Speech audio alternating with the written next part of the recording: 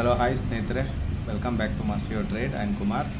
So ನಾನು last ವಿಡಿಯೋಲ್ಲಿ ಹೇಳಿದ್ದೆ ನಾನು ನಿಮಗೆ ಮಾರ್ಕೆಟ್ ಸಂವಾಟ್ ರಿವರ್ಸಲಲ್ಲಿದೆ, ಕನ್ಸಾಲಿಡೇಟ್ ಆಗ್ತಾಯಿದೆ ಅಂತೇಳಿ. ಸೊ 3 ಕನ್ಫರ್ಮೇಷನ್ಸ್ಗೆ ವೆಯ್ಟ್ ಮಾಡಿ. ಅನ್ಲೆಸ್ ಅಂಟಿಲ್ ನಿಫ್ಟಿ ಒಂದು ಸಪೋರ್ಟ್ ಮೇಲೆ ಟ್ರೇಡ್ ಆಗೋದು ಸ್ಟಾರ್ಟ್ ಆಗಬೇಕು. ಆ ಲೆವೆಲ್ ಟ್ರೇಡ್ ಮೇಲೆ ಆಗೋದು ಸ್ಟಾರ್ಟ್ ಮಾಡಿದಾಗ ಮಾತ್ರ ಬುಲಿಶ್ ಕನ್ಫರ್ಮೇಷನ್ನು ರಿವರ್ಸಲ್ ಕನ್ಫರ್ಮ್ ಆಗುತ್ತೆ. ಇಲ್ಲಾಂದರೆ ಇಲ್ಲಿಂದ ಮತ್ತೆ ಕೆಳಗೆ ಹೋಗೋ ಚಾನ್ಸಸ್ ಇದೆ. ಅನ್ಲೆಸ್ ಇವಾಗ ಟ್ರಂಪ್ದು ಪಾಸ್ ಮಾಡೋದು 90 ಡೇಸ್ವರೆಗೂ ಬೇರೆ ನ್ಯೂಸಸ್ ಇರೋಲ್ಲ related to tariff. Between US and China ಮಾತ್ರ ಇನ್ನೂ ಟ್ಯಾರಿಫ್ ವಾರು ಕಂಟಿನ್ಯೂ ಆಗಿದೆ. ಆ್ಯಕ್ಚುಲಿ ಇದೊಂದು ಬಿಟ್ಟರೆ ರೆಸ್ಟ್ ಬೇರೆ ಪಾಯಿಂಟ್ಸ್ ಯಾವುದೂ ನೆಗೆಟಿವ್ ಇಲ್ಲ ಮಾರ್ಕೆಟ್ಗೆ. And most of the stocks ಏನಾಗ್ತಾಯಿದೆ, ರಿವರ್ಸಲ್ ಆಗ್ತಾಯಿದೆ. ವೆರಿ ಗುಡ್ ಬುಲಿಶ್ ಎನ್ಫಿಗಲ್ಲಾಗಲಿ ಮತ್ತೊಂದು ರಿವರ್ಸಬಲ್ ಪ್ಯಾಟರ್ನ್ಸ್ಗಳು ಮಾಡ್ತಾಯಿದೆ ಟೆಕ್ನಿಕಲಿ ಎಲ್ಲ ಸ್ಟಾಕ್ಸು ಕೂಡ. ಸೊ ಇದೆಲ್ಲ ಒಂದು ಪಾಸಿಟಿವ್ ಮಾರ್ಕೆಟ್ಗೆ. ಸೊ ಈ ಪಾಯಿಂಟ್ ಆಫ್ ಟೈಮಲ್ಲಿ ಆ್ಯಸ್ ಎ ಇನ್ವೆಸ್ಟರ್ ಏನು ಮಾಡಬೇಕು ಅಂದರೆ, ಆ ಥರ ಒಂದು ಸ್ಟಾಕ್ಸ್ನ ನೋಡಿ ರೆಕಗ್ನೈಸ್ ಮಾಡಿ ವಾಚ್ ಮಾಡ್ತಾಯಿರಿ.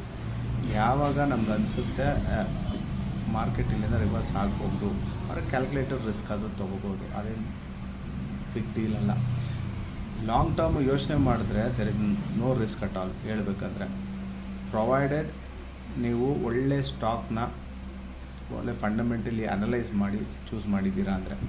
ನೀವು ಅದನ್ನೇ ಮಾಡದೆ ನೀವು ಟೆಕ್ನಿಕಲ್ ಮಾಡಿ ಮತ್ತೊಂದು ಮಾಡಿ ಟ್ರೇಡ್ ಮಾಡಿದ್ದೀರಾ ಅಂದರೆ ಇಟ್ಸ್ ನೋ ಯೂಸ್. ಒಂದು ಕಾನ್ಫಿಡೆನ್ಸ್ ಬೇಕು ನಿಮಗೆ ಒಂದು ಸ್ಟಾಕ್ ಮೇಲೆ ಇನ್ವೆಸ್ಟ್ ಮಾಡಬೇಕು. ಒಂದು ಸ್ಟಾಕ್ ಮೇಲೆ ಅಂದಾಗ ನೀವು ಆ ಸ್ಟಾಕ್ ಇನ್ ಆ್ಯಂಡ್ ಔಟ್ ಗೊತ್ತಿರಬೇಕು, ಫಂಡಮೆಂಟಲಿ ಎಲ್ಲ ಗೊತ್ತಿರಬೇಕು ಆ ಸ್ಟಾಕ್ ಬಗ್ಗೆ. ಆ ಸ್ಟಾಕ್ ಹೇಗೆ, ಆ ಕಂಪ್ನಿ ಹೇಗೆ ಪರ್ಫಾರ್ಮ್ ಮಾಡ್ತಾಯಿದೆ, ಕ್ವಾರ್ಟರ್ಲಿ ಹೇಗೆ ಮಾಡ್ತಾಯಿದೆ, ಏನು ಸೇಲ್ಸ್ ಮಾಡ್ತಾಯಿದೆ, ಯಾವ ಥರ ಡಿಮ್ಯಾಂಡಲ್ಲಿದೆ. ಸೊ ಇದೆಲ್ಲ ಗೊತ್ತಿದ್ರೆ ತಾನೇ ನೀವು ಅದ್ರ ಮೇಲೆ ಇನ್ವೆಸ್ಟ್ ಮಾಡ್ಬೋದು ಅಂತ ಅನಿಸುತ್ತೆ ನಿಮಗೆ.